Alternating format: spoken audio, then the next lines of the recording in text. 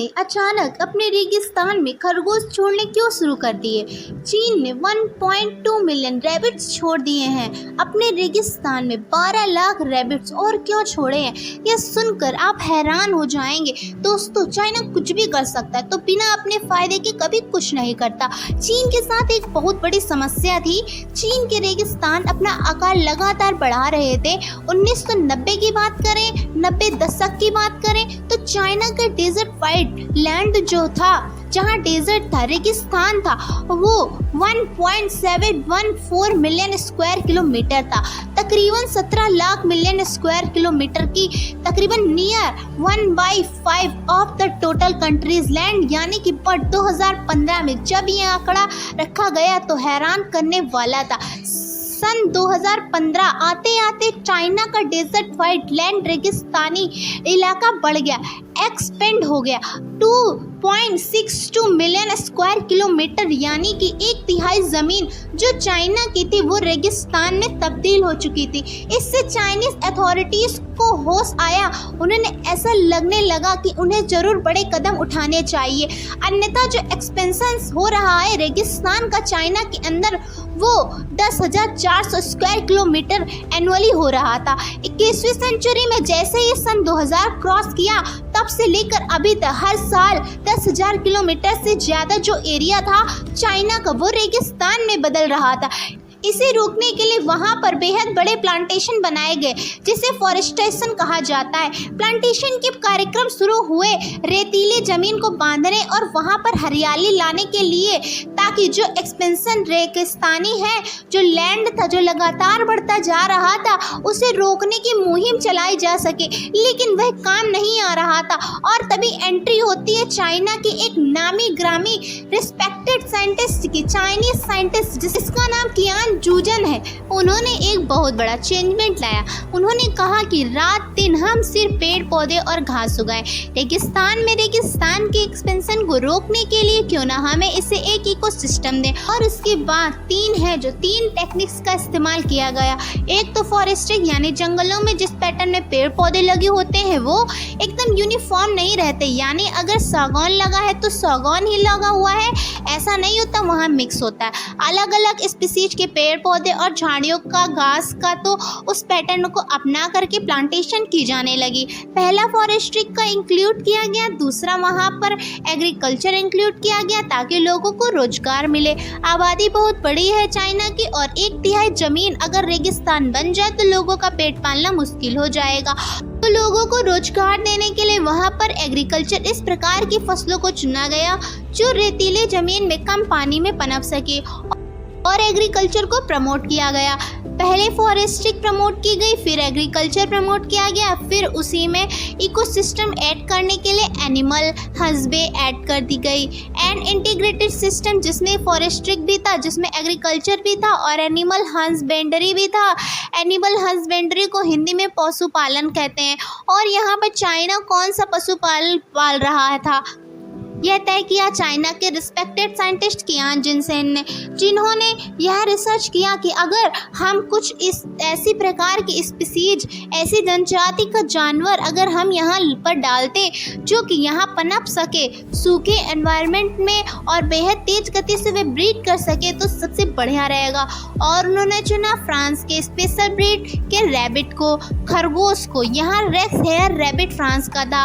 Racks hair rabbit इसका नाम है और इसकी जो प्रजाति थी उसको यहाँ पर धीरे धीरे इसका पशुपालन होने लगा, एनिमल हस्बेंड्री होने लगी। जो एग्रीकल्चर करने वाले किसान थे वही रेक्स हेयर रैबिट की ब्रीडिंग करवा रहे थे, उसका पशुपालन कर रहे थे, साथ में एग्रीकल्चर का काम कर रहे थे और ज़मीन को बचाने के लिए फॉरेस्ट के पैटर्न में प्लांटेशन भी करते जा रहे थे।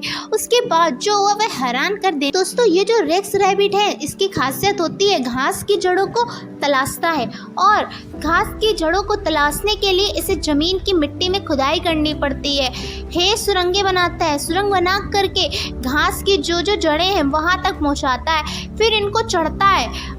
तो ये करने के लिए इसे सुरंग बनानी पड़ती है, ज़मीन की खुदाई करनी पड़ती है।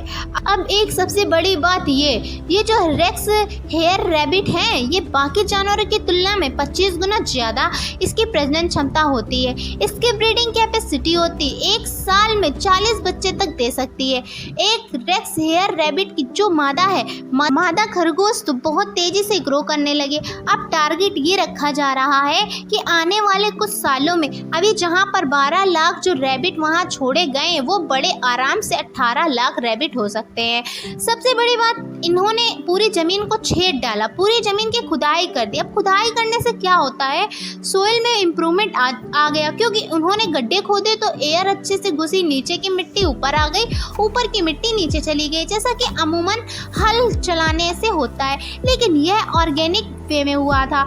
सबसे बड़ी बात कि घास की जड़ें खाकर उसके सीड्स जो थे उसके मलमूत्र में अलग अलग इलाकों में फैलते चले गए और वहाँ नए अंकुरण फूटने लगे और जो है वहाँ पर अलग से एक फॉरेस्टेशन होने लगा।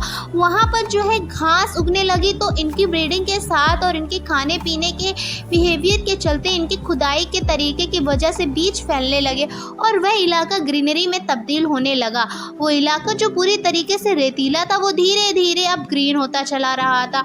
चाइना की जो रेगिस्तानी जमीन थी, उसके ऊपर बोना चाहिए था वेजिटेशन का कवरेज, यानी पेड़ पौधे झाड़ियाँ जो कुछ भी था उसके कवरेज के परसेंटेज अगर देखें तो पहले 3% था, यानी 100 किलोमीटर का अगर रेगिस्तान है तो 3 किलोमीटर बस में जो है अलग अलग जगह छितरा हुआ थोड़ा बहुत वेजिटेशन, थोड़े बहुत जो है झाड़ियाँ, जो है पेड़ पौधे दिखाई करते थे।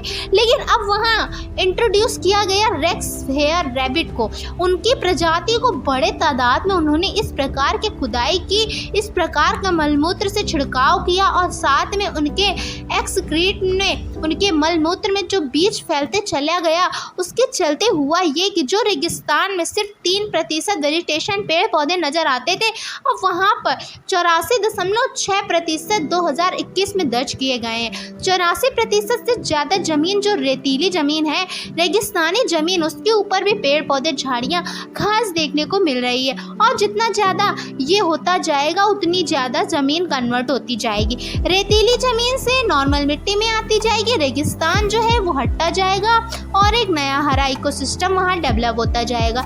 यहाँ अपने आप में एक बहुत बड़ा प्लान था जो चाइना ने वहाँ एग्जीक्यूट किया है और इसे दुनिया को देखना चाहिए। दोस्तों, सबसे बड़ी बात यह है कि जो लोग वहाँ काम कर रहे थे, जो किसान वहाँ पर किसानी कर रहे थे, जिनको एडिशनल एनिमल हस्बेंड्री करने बोला गया था, पशुपालन इस रैबिट का करने के लिए बोला गया था और साथ में फॉरेस्ट्री के हिसाब से वहाँ पर इस पैटर्न में, जंगल के पैटर्न में पेड़ पौधों को वहाँ पर प्लांट करने का जो उन्होंने आदेश दिया गया था, हुआ ये कि उनकी आमदनी बढ़ने लगी, क्योंकि रैबिट जब बढ़ते हैं तो उनका इस्तेमाल उनके बहुत ही महंगे फर के लिए किया जाता है, पर उनके ऊपर की चमड़ी जो होती है, खाल, उससे बहुत ही महंगे दामों पर बेचा जाता है। साथ में उसका जो मीट होता है वो चाइना में बहुत बड़े पैमाने पर कंज्यूम किया जाता है, तो इससे अच्छी खासी आमदनी होने लगी। जो किसान वहाँ काम कर रहे थे उनको तो वो भी और प्रोत्साहित हुए और ये काम और चलते ही जा रहा था। इंटीग्रेटेड इकोसिस्टम डेवलप करके फॉरेस्ट्री, एग्रीकल्चर और एनिमल हस्बेंड्री को एक साथ इंक्लूड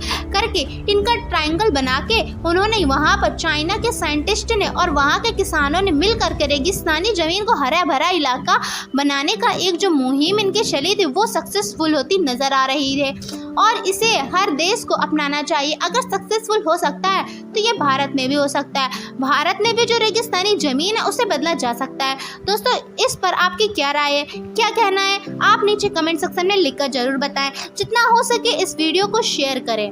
थैंक यू।